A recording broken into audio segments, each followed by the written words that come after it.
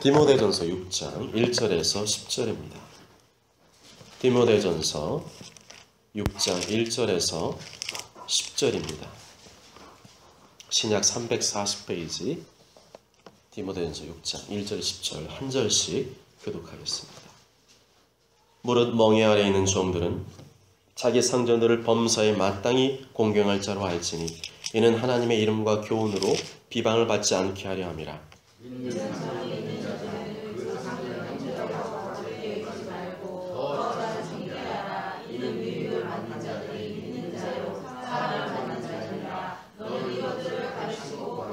누구든지 다른 교훈을 하며 바른 말 곧 우리 주 예수 그리스도의 말씀과 경건에 관한 교훈을 따르지 아니하면 그는 교만하여 아무것도 알지 못하고 변론과 언쟁을 좋아하는 자니 이로써 투기와 분쟁과 비방과 악한 생각이 나며 마음이 부패하여지고 진리를 잃어버려 경건을 이익의 방도로 생각하는 자들의 다툼이 일어나느니라.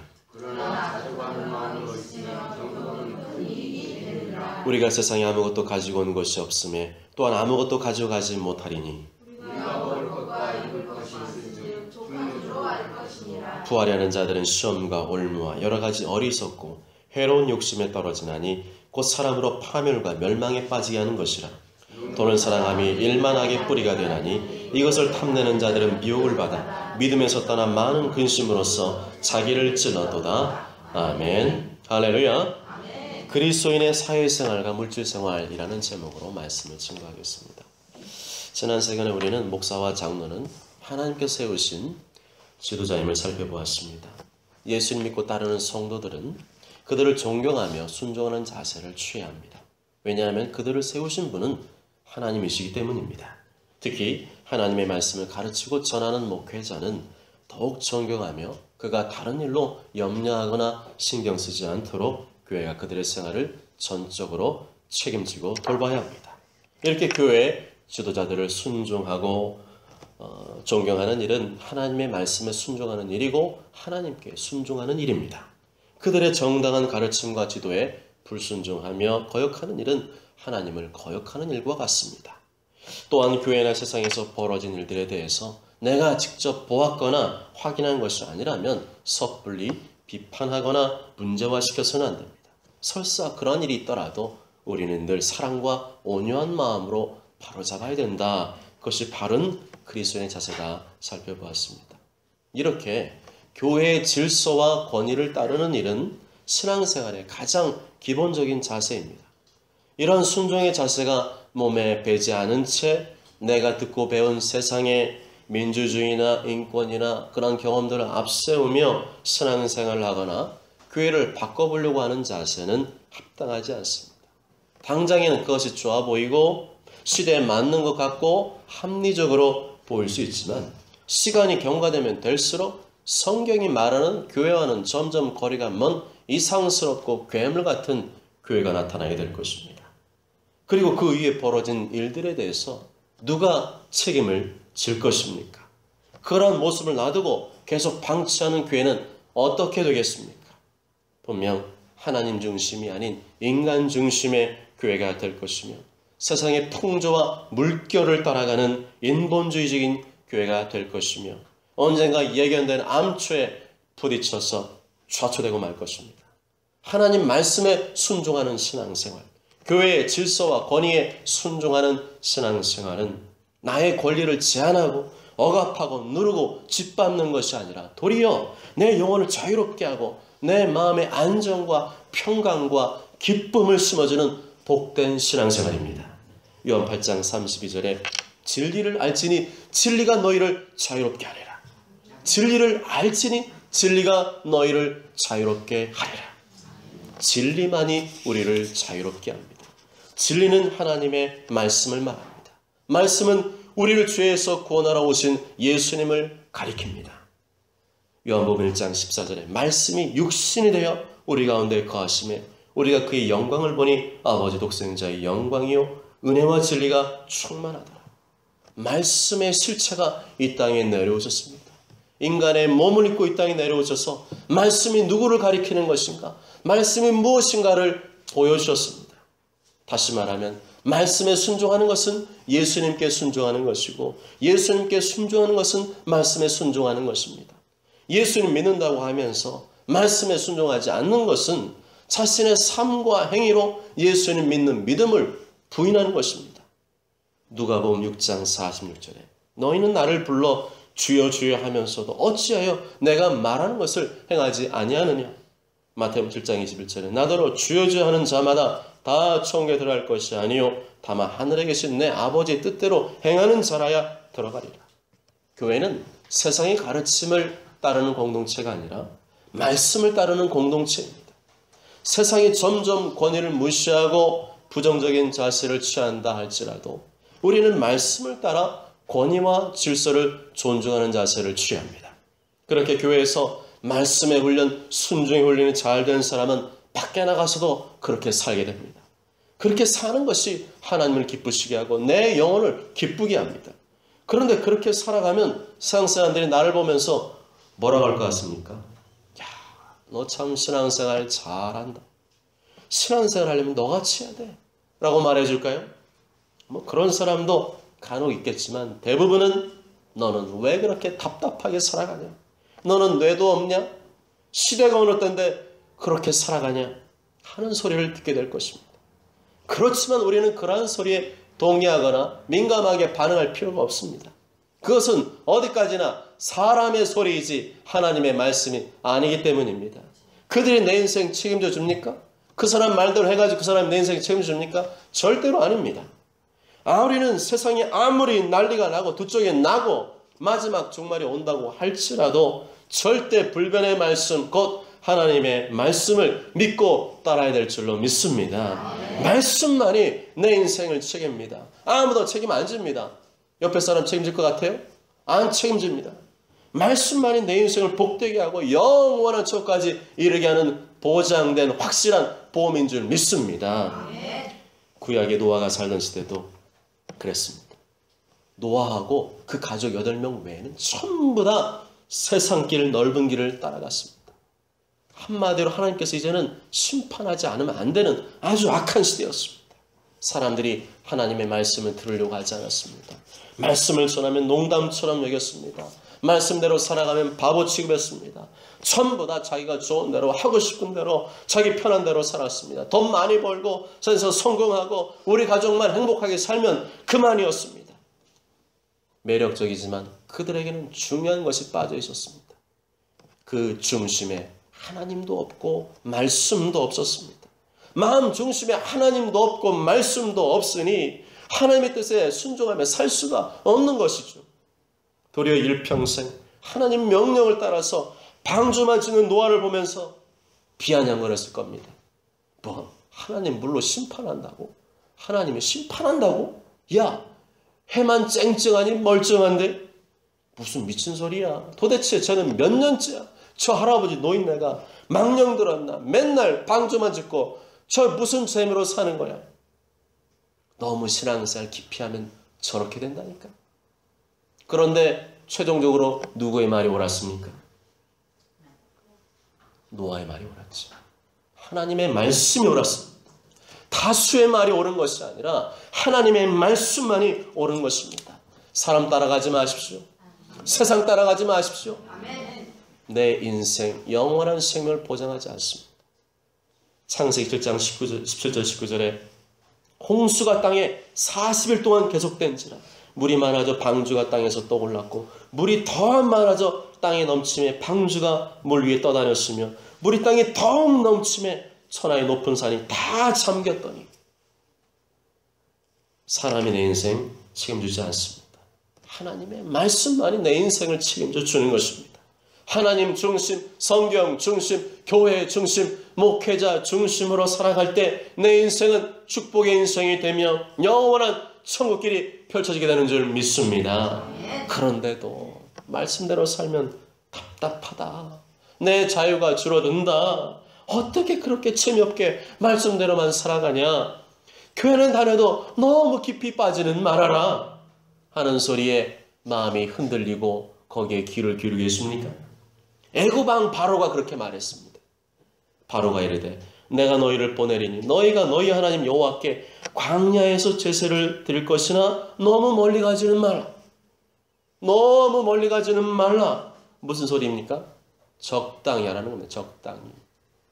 교회에 너무 깊이 빠지지 말라는 거예요. 너무 교회 헌신하지 말라는 거예요. 신앙생활 적당히 하는 게 신상에 이롭다는 겁니다. 다 인간적으로는 근거도 있고 나를 염려해주는 소리일 수 있습니다. 그러나 그 소리의 정체가 누구냐는 거예요. 그 말을 하는 정체가 누구냐는 겁니다. 성경에서 애고방 바로가 그렇게 말했습니다. 애고방 바로는 누구를 상징합니까? 우리의 인생을 괴롭게 하고 힘들게 하고 꼬이게 하고 망가지게 하는 원수 마귀 사탄을 상징합니다. 아무리 이유가 있고 근거가 있고 설득력 있고 합리적이라고 해도 그 소리가 하나님의 말씀과 충돌한다면 여러분은 누구의 말을 들어야 됩니까? 사도 베드로와 요한은 계속해서 예수 이름으로 능력이 나타났습니다. 표적이 나타났습니다. 안전뱅이를 일으키고 가는 곳마다 많은 사람들을 구원하고 살렸습니다. 그랬더니 그를 싫어하는 사람들이 잡아다가 더 이상 예수 이름으로 말하지 마라. 더 이상 예수 이름 전하지 말고 예수님의 이름으로 권능을 행하지도 말고 한 번만 더 하면 가만 안 두겠어. 너에게 불이익이 있을 거야. 너에게 손해가 있을 거야. 너 힘들게 될 거야. 하면서 위협했습니다. 그때 베드로와 요한이 이렇게 선포합니다. 하나님 앞에서 너의 말을 듣는 것이 하나님의 말씀을 듣는 것보다 옳은가 판단하라. 우리는 보고 들은 것을 말하지 아니할 수 없다. 차라리 죽이라는 거예요. 날 죽여라. 예수님께서 나의 죄를 대신해 십자가에서 피 흘려 죽으시고 다시 부활하셔서 영원한 생명을 주셨기 때문에 나는 죽음도 두렵지 않다는 겁니다. 내가 그분을 확실히 믿고 알고 있는데 왜 그분을 말하지 말라 그러고 네가 무슨 권한으로 그 일을 행하지 못하게 하느냐? 말씀에 깊이 뿌리를 박은 사람만이 사회생활을 하면서도 분명한 그리스도인으로 살아갈 수 있습니다. 하나님 말씀이 가라는 데까지 가고 하나님 말씀 멈추는 데까지 멈출 수 있는 사람은 말씀에 깊이 뿌리를 박은 사람만이 할 수 있습니다. 사도 바울은 앞서서 교회 안에서의 권위와 질서에 대해서 말씀한 후에 오늘 6장에서는 교회 밖에 사회에서의 권위와 질서에 대해 말씀하고 있습니다. 교회 안에서만 지도자의 말에 순종할 것이 아니라 교회 밖에서도 그러야 된다는 것입니다. 1절 1절 1절 2절 같이 있습니다. 시작. 무릇 멍이 아래에 있는 종들은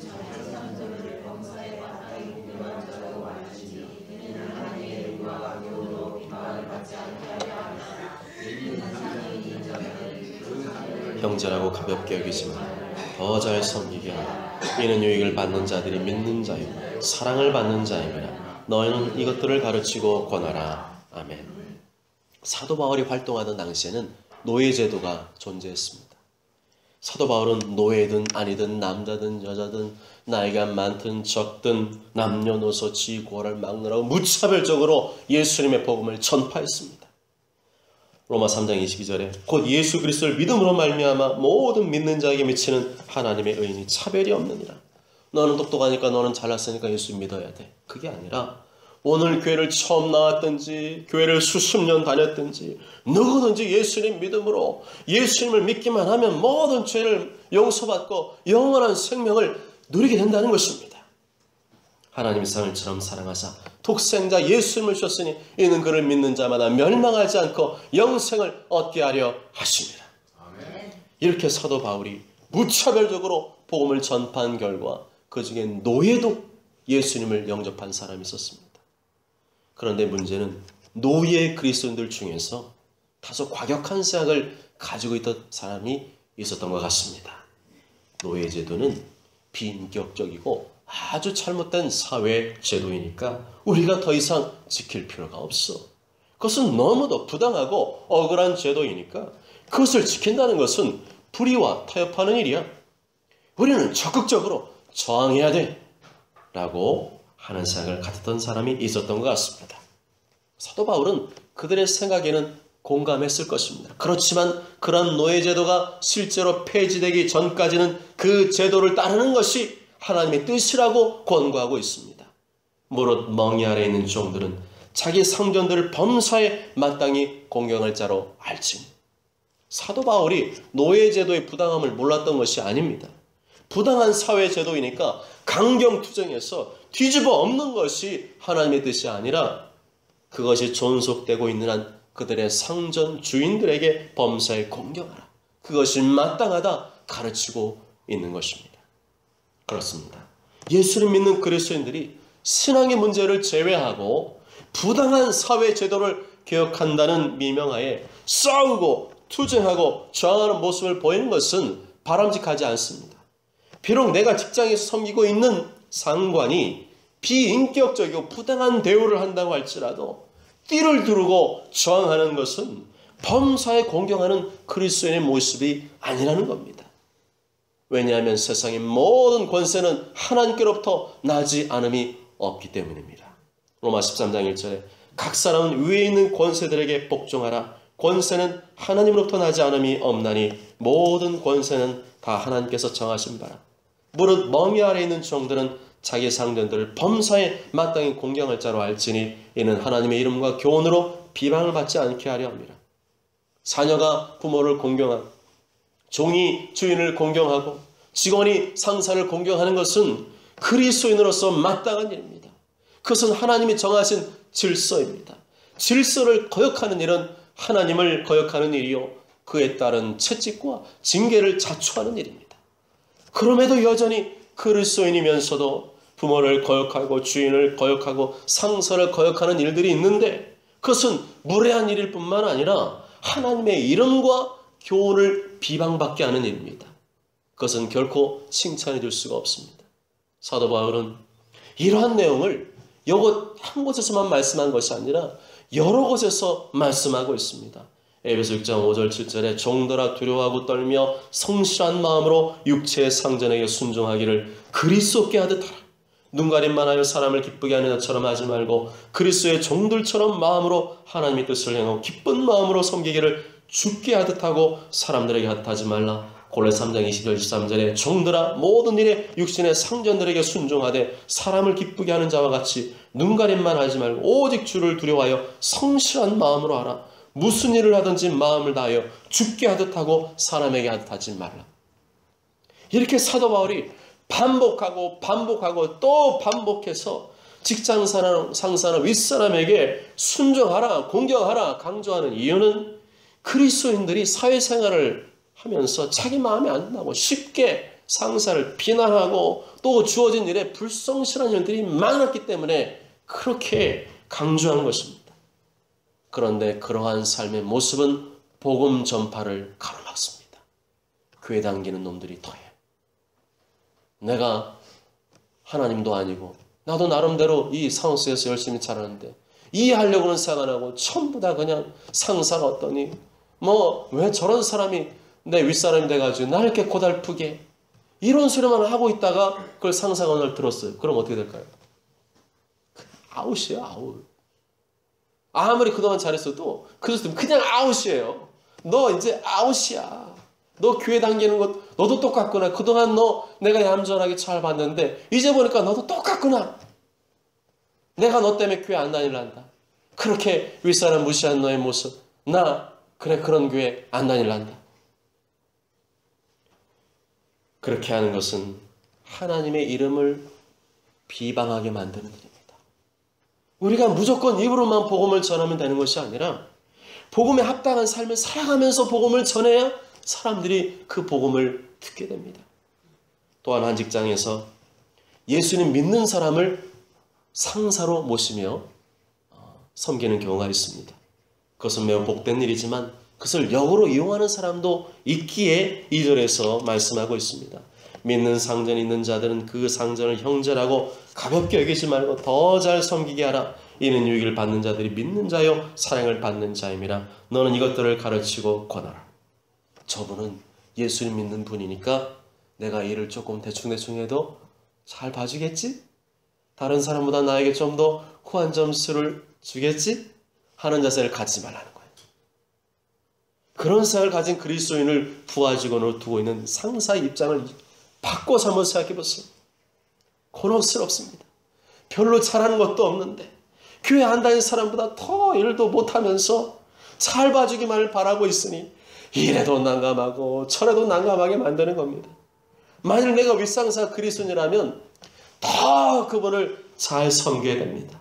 내가 열심히 하면 부서의 실적이 올라가게 되고, 그렇게 되면 그리스도인 상사가 인정을 받게 되고, 그분을 통해서 역시 교회 다니는 사람은 달라, 역시 교회 사람 맡기면 잘해 하는 소리를 듣게 되면서 우리가 믿는 예수님이 더 잘 전파될 수 있는 것입니다.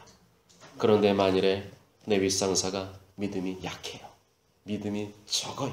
그래서 교회는 다니는데 맨날 자기 위신과 자기 성공만을 꿈꾸며 살아가는 그 사람을 바라보면 열심히 일하고 싶은 마음이 확 떨어지죠. 내가 잘하면 자기가 잘한 것처럼 뻐기고 날 텐데 그걸 어떻게 봐줄 수 있을까? 그렇지만 그런 생각으로 처신하면 내가 하나님 앞에서 불성실한 삶을 살게 됩니다. 그것은 나한테 손해예요. 저 상사 잘했다가는 자기가 저 뻐기고 막 이러고 날 텐데 그걸 어떻게 봐?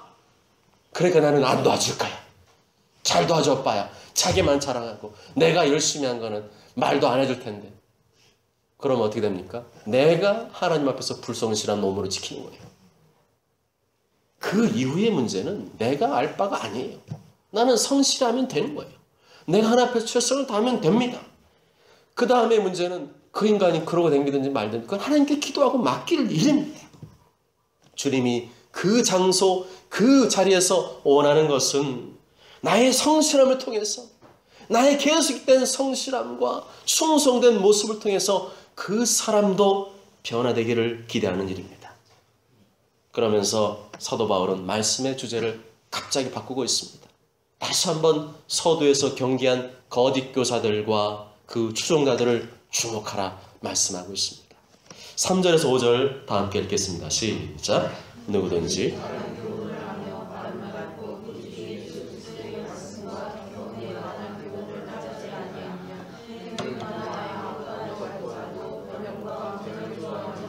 이로써 투기와 분쟁과 비방과 악한 생각이 나니 마음이 부패해지고 진리를 잃어버려 경건을 이익의 방도로 생각하는 자들의 다툼이 일어나느니라. 아멘. 하나님 말씀 외에 바른 교훈은 없습니다. 아무리 세상에 좋은 가르침과 교훈이 있다고 할지라도 하나님의 말씀을 능가할 수는 없습니다. 왜냐하면 하나님의 말씀, 곧 성경 말씀은 성령의 감동으로 기록된 하나님의 말씀이기 때문에 그렇습니다. 그런데도 자꾸만 성경 말씀은 말하지 않고 다른 교훈을 말하는 자들이 있습니다. 우리 교회는 그런 분이 한 분도 안 계시지만 저 옆에 있는 교회에서는 그런 사람들이 있다고 그러는 것 같아요. 하나님의 말씀과 경건에 관한 교훈은 따르지 않으면서 자꾸만 다른 이론과 가르침을 끌고 들어와서 말씀을 거역하는 사람들이 있다고 합니다. 그런 사람이 누구인지 당장에는 표가 안 날 수 있지만 그들의 말과 행실을 통해서 충분히 알 수 있습니다. 그들은 교만합니다. 뭘 보고 교만하다고 하느냐? 자꾸만 따진다는 거예요. 자꾸 따져요. 하나님 말씀이 그렇습니다 하면 아멘, 내가 말씀대로 살아야지 하면 되는데 자꾸만 따지고 논쟁하고 변론하기를 좋아합니다. 여기서 변론과 언쟁을 좋아한다는 말은 헬라 원어로 보면 병적으로 좋아한다는 거예요. 그 사람의 취미, 습관이 뭐냐? 따지고 변론하고 논쟁하고 따지고 변론하고 논쟁하고 이게 완전히 병적이에요. 그렇게 변론과 언쟁을 좋아하는 것은 심각한 질병에 걸린 상태에 있는 겁니다. 이런 그 사람은 겸손한 사람이 아니라는 거예요. 그 사람이 이렇게 교만병에 걸렸기 때문에 하나님 말씀을 잘 받아들이려고 하지 않고 자꾸만 딴소리하고 그와 반대되는 이론이나 가르침을 가지고 와서 반박하고 거역하고 말씀을 자꾸 훼손시키는 겁니다. 정말로 궁금해서 물어보는 게 아니라 하나님 말씀이 자기 마음에 안 들기 때문에 받아들이기 싫으니까 자꾸 딴소리하는 겁니다. 그런 사람은 마음속에 성령님이 안 계신 사람일 것입니다. 성령님이 우리 안에 계시면 제일 먼저 나타나는 현상이 하나님 말씀을 자연스럽게 받아들이는 일인데 성령님이 안 계시니까 하나님의 말씀을 이해할 수도 없고 받아들일 수도 없는 것입니다. 성경은 하나님의 감동, 곧 성령의 감동으로 기록된 말씀이기 때문에 성령님이 내 안에 안 계신 사람은 아무리 성경 말씀을 이해하려고 해도 이해가 안 됩니다. 그저 지식적으로 이론적으로는 그런가 보다 접근할 수 있지만 전적으로 말씀을 신뢰하고 따를 수는 없는 것입니다. 요한복음 3장 5절에 예수께서 대답하시되 진실로 진실로 내게 이르노니 물과 성령으로 나지 아니하면 하나님의 나라에 들어갈 수 없느니라. 그 속에 말씀도 없고 성령도 안 계시면 그는 아직까지 거듭난 그리스도인이 아니라는 겁니다. 그 속에 영생이 없고 아직 천국에 들어갈 자격이 없는 상태인 것입니다. 그러니까 하나님 말씀에 대해서 변론하고 논쟁하고 되고 투기와 분쟁과 비방과 악한 생각이 나고 마음이 부패해지고 진리를 잃어버리게 됩니다. 결국 경건을 자신의 이익의 재료로 삼게 됩니다. 말씀과 성령이 그 속에 없는 사람은 그 속에 욕심이 자리 잡고 있습니다. 특히 오늘 말씀 보면 물질에 대한 욕망이 그 속에 가득하고 그것을 차지하기 위해서 끊임없는 알력과 다툼이 발생하게 되고 사람들을 꼬드겨서 가만히서 속여서 자신의 배우를 채우기 위한 먹잇감으로만 바라보게 된다는 겁니다. 여기 옆에 구원파 그래요. 구원파를 제가 그냥 대충 알고 있었는데 지난주에 전도하는데 태클을 거는 거예요. 태클 거면 제가 또 가만히 있을 수가 없잖아요. 그래서 왜 구원파가 이단인가 하는 책을 사서 봤더니 완전 이단이더라고요. 비슷한 말 많이 하잖아요. 성경쌤이나 거듭남의 비밀, 죄사함의 비밀 하니까 비슷한 줄 알았어요. 비슷한데 뭐가 좀 다르구나 이런 정도 생각했는데 그게 아니라 완전 여기는요. 교주예요. 교주. 유병헌은 완전 교주예요. 유병헌을 거의 신격화 시켜가지고 유병헌 말 안 들으면 다 쥐도새도 모르게 싹 제거해버리는 그러한 이단 사이비 집단입니다. 여하튼 간에 우리가 말씀에서 떠나게 되면 물질의 욕심을 부리며 살게 된다. 이게 성경의 가르침입니다. 롯의 아내처럼 세상에 대한 허영심과 동경으로 가득하게 됩니다. 신앙생활도 왜 하냐? 말씀도 왜 보냐? 전부 다 자기에게 뭔가 물질적 이익을 가져다 줄까봐 본다는 겁니다. 사도 바울은 이러한 잘못된 물질관에 대해서 분명하게 선을 긋고 있습니다. 6절부터 10절까지 다 함께 읽겠습니다. 시작. 그러나 자족하는 마음이 있으면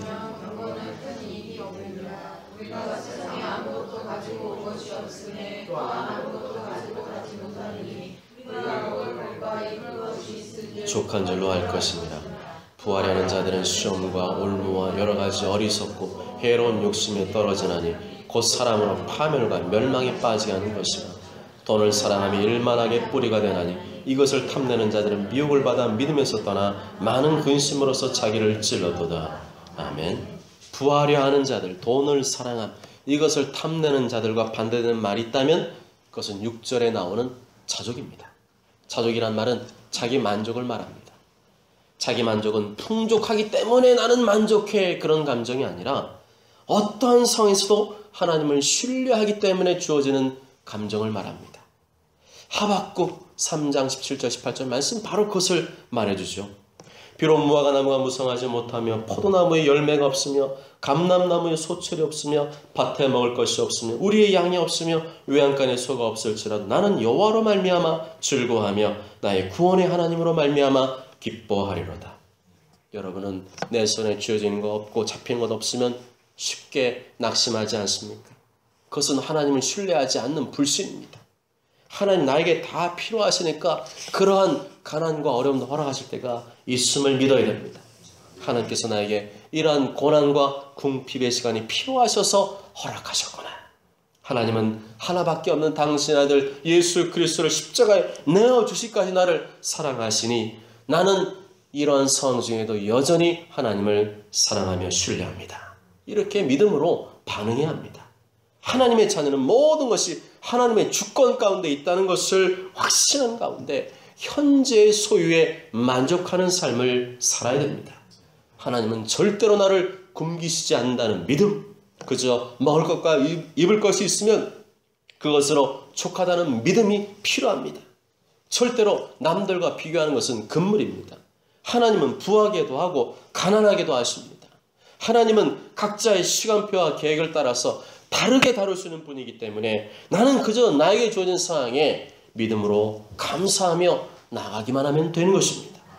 그런데 그러한 생각은 없고 무조건 부자가 되기를 바라는 그리스도인은 필경 마귀의 유혹과 시험에 빠지게 되고 해로운 욕심에 떨어지게 되며 자신의 인생을 파멸과 멸망에 빠지게 합니다. 만일 회개하지 않고 계속 그 길을 쭉 가게 되면 어떻게 된다는 겁니까? 지옥 간다는 거예요. 파멸한다는 겁니다. 돈을 사랑하는 것은 모든 악의 뿌리가 됩니다. 돈을 사랑하고 탐내는 사람들이 마귀의 유혹을 받아서 믿음에서 떠나 예수님을 배신하고 많은 고통과 근심으로 자기를 찌르게 됩니다. 가룟 유다가 대표적이죠. 회개하지 않고 계속 그 길을 쭉 가면 어디로 가는 거예요? 멸망, 파멸, 지옥으로 간다는 거예요. 그래서 예수님이 뭐라고 말씀했어요? 너 잘 들어라. 하나님이냐 재물이냐 그랬어요. 하나님이냐 재물이냐 둘 다 섬길 수 없다는 거예요. 하나님을 섬겨라. 어떤 부자 청년이 지난주에 말씀드렸지만 와서 내가 어떻게 하면 영생 얻겠습니까? 내가 모든 계명을 다 지켰습니다. 정말로 그 말이 틀림이 없었어요. 그런데 하나님께서는 너는 나를 사랑하지 않는다. 네가 행위로 외적으로는 계명을 다 지켰는지 모르지만 네가 날 사랑해서 지킨 게 아니라 그냥 영생을 얻기 위해서 지켰다는 거예요. 그래서 하나님께서는 너 왜 날 안 사는지 내가 보여줄까? 너 부자지? 너에게는 모든 소유를 다 팔아서 가난한 자에게 나눠주고 나를 따르라. 그랬더니 했습니까? 못했습니까? 못했어. 하나님 사랑이냐 물질 사랑이냐 세상 사랑이냐 그 중간지대는 존재하지 않는다는 겁니다. 하나님 나에게 많은 것을 주셨으면 나에게 더 큰 사명을 주신 거예요.